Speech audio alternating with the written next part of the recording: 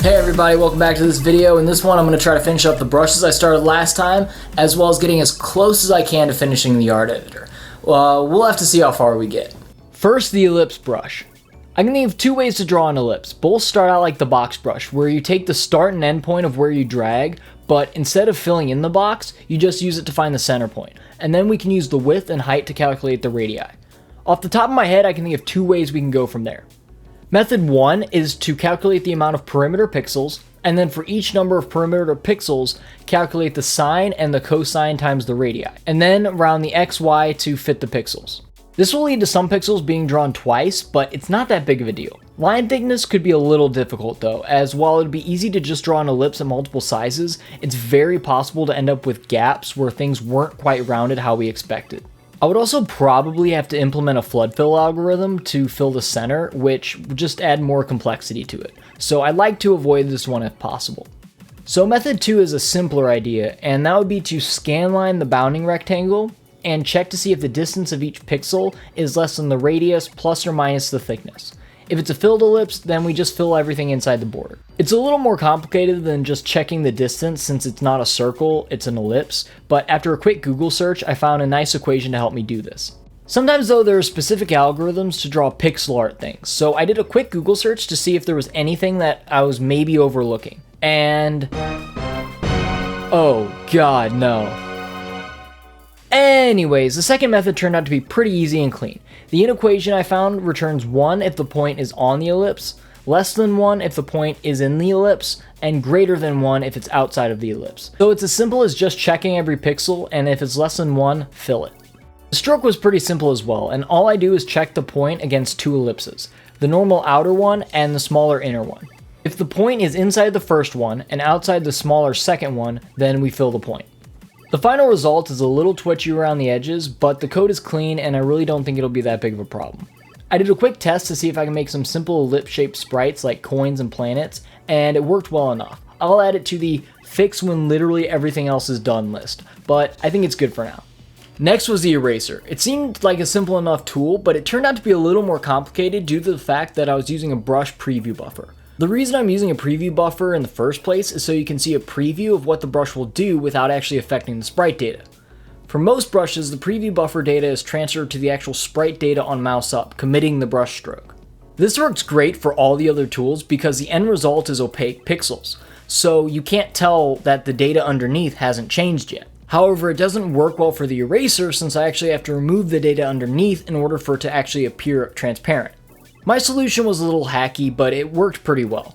When the eraser is selected, the sprite data is copied to a new buffer, and the actual sprite data is cleared. Now we can use this buffer to update our preview data every time we want to reset the brush preview. I was programming this around 11:30 at night, so juggling 3 different buffers around my head was a little confusing, but I eventually got it to work. The brush stroke gets committed to the sprite data like normal on mouse up, but then immediately gets copied and cleared again. The committing step will be important once I start working on the undo system. All the eraser buffers get committed back to the sprite data for good either when the tool or the window is switched. But with that done, all the drawing tools are complete, and next is animation support.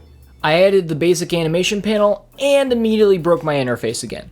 Before messing with the layout of anything, I first added these little debug markers to help me identify the outside of my canvas a little better. I spent around 1 to 2 days beating my head against a brick wall trying to figure out why this thing wasn't working.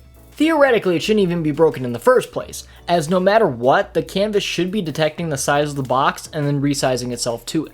I tried modifying the flex box, and even transitioned to a CSS grid at one point, which broke things even further. It just wasn't making sense. Finally though, and I have no idea why I decided to do this, I added a position absolute rule to the canvas CSS, and oh my god, that fixed it. It took me a while to figure out why though, and it's sort of related to the dynamic sizing issue I was having earlier. The original problem was that the div around the canvas wasn't shrinking again because the div will not shrink smaller than the elements inside it. There are ways around this, but the canvas element seems to play by different rules. My solution was to temporarily shrink the canvas down to the size of 1 pixel, allowing the div to shrink, then sizing the canvas to the new size.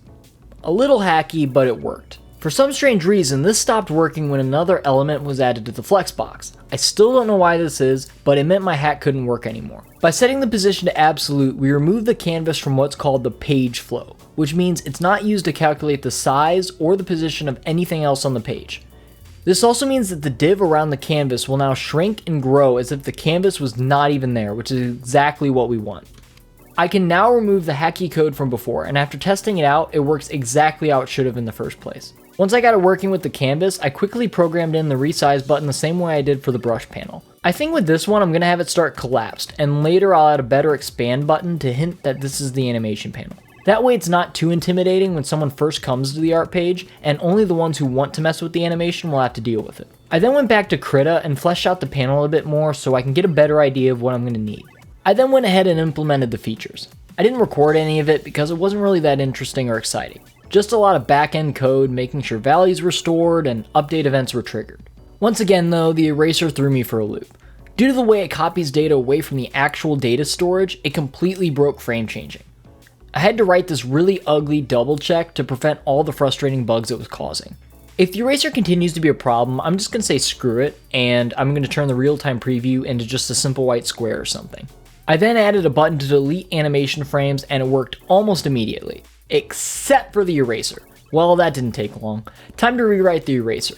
This approach was much simpler. Just draw a translucent white rectangle with the width of the eraser brush and alter the pixel data itself on draw, instead of the preview buffer. The buffer isn't committed until mouse up anyways, so it shouldn't be that big of a deal and should make the code a lot easier. The copy frame button was pretty basic as well and just copies the frame array to a different slot. I might add drag and drop support to reorder frames later, but for now I just have up and down arrows to reorder them. The actual frame reordering was dead simple and just swap the order of the frames in the array. Since using Vuex means things update across the board, theoretically this should be all I need to do and the other pieces should just fall into place. Well, things ended up being not that simple, because for some reason when I reordered the frames, the actual DOM elements didn't update themselves. Even manually calling for the elements to force a canvas update wouldn't produce correct results. This was driving me absolutely insane because the code should work, but it's just not for some reason. Finally, I traced it to the fact that I was using Vue's computed properties to get information from Vuex. While I knew that the computed properties get cached until the values are updated, what I didn't know is that they are only updated if you use them in the DOM elements. If you use them just in JavaScript, they apparently keep their own values. This meant that even though the frames were changing around, each box was just holding on to its old data and not letting go. One quick switch from computed values to just simple get methods fixed all the problems I was having, and I can now reorder frames. Finally, there's animation playback, which, no joke, might have been the easiest thing I've added to this program yet. It just takes the list of frames that are contained in the selected sprite, and using an incrementing counter as an index, it draws the current frame every interval. When I want to stop the animation, I just clear the interval. Well, that almost entirely wraps up the animation editor. I know I have a couple new viewers since that CG Cookie video went live, so welcome to the channel. As always, make sure you like and subscribe if you'd like to help support this channel and the project. You'll find links to those down in the description below, and as always, I will see you next time.